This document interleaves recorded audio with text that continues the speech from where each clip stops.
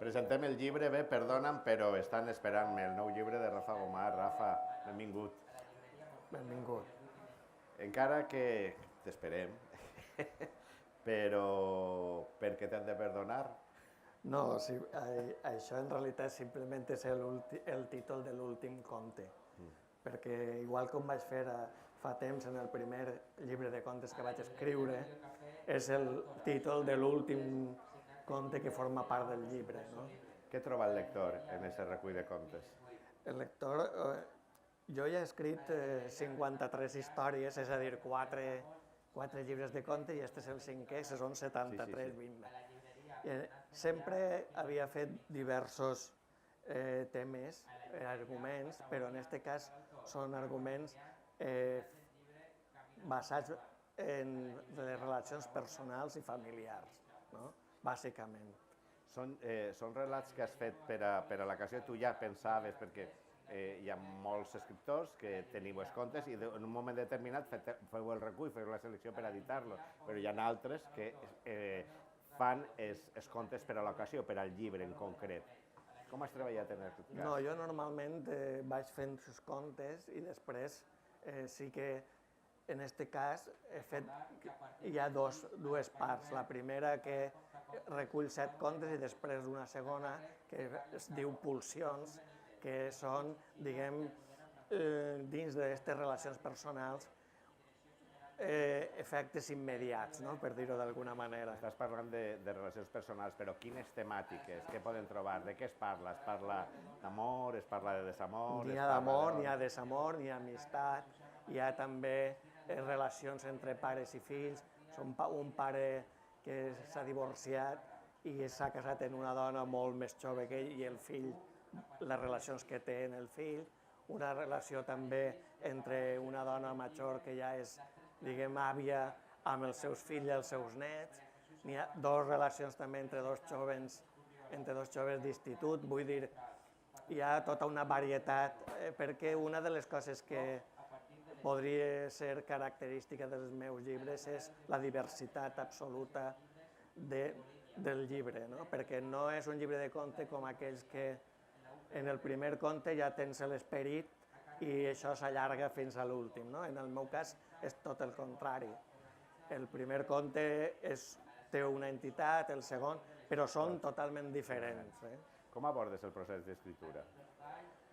Normalment la manera és la de sempre, perquè jo ja fa molt de temps que escric i normalment totes les vesprades, així en una espècie de disciplina en col·loqui entre...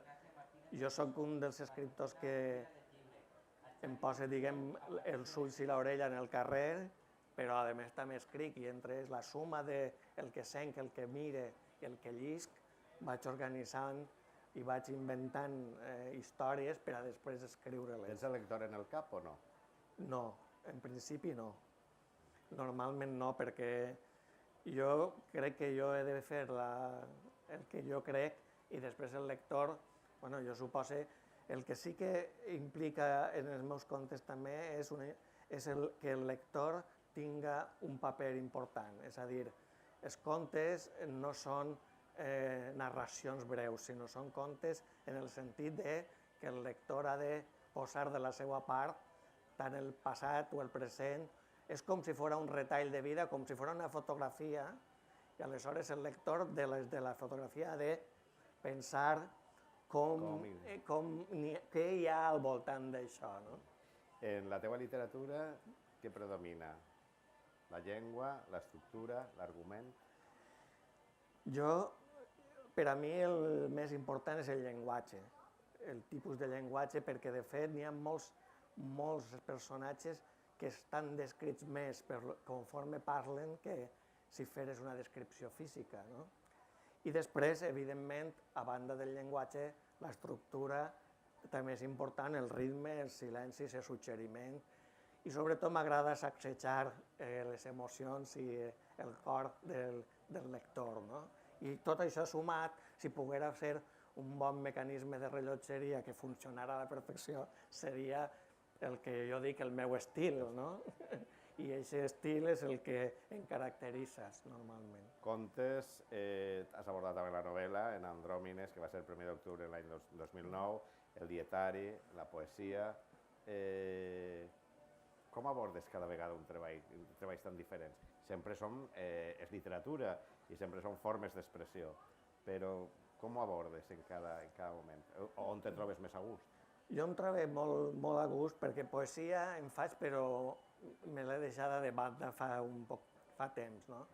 Jo podríem dir que els gèneres que més m'encanten és els que van des de la poesia a la novel·la, per dir-ho d'alguna manera. O sigui, contes, dietaris, aforismes, contes breus, microcontes o novel·les curtes, no?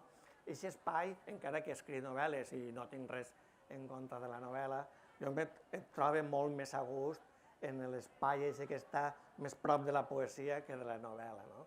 I tots els gèneres que n'hi ha allà al voltant són els que m'agraden. Cada volta que invente o que dic vaig a fer un llibre, em plantejo quin d'aquests gèneres serà millor per expressar el que jo sent, no? Els contes normalment solen ser tots de ficció, mentre que el dietari és molt més personal i bàsicament està compost sempre d'experiències personals, tant literàries com altres. Som un país de dietaris, perquè això...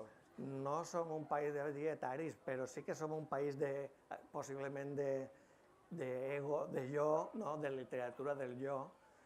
No sé exactament, potser és perquè tenim una vocació un poc individualista i ens manca una miqueta el tema col·lectiu, no? Però és veritat que sí que entre poetes i dietaristes diguem que el gènere del jo està prou conreat. Què estàs preparant en aquests moments? Doncs ara tinc pràcticament acabat un altre dietari que els altres anteriors han funcionat molt bé, no? Sobretot des del punt de vista de la crítica, el Donato 227 i Vianant van ser...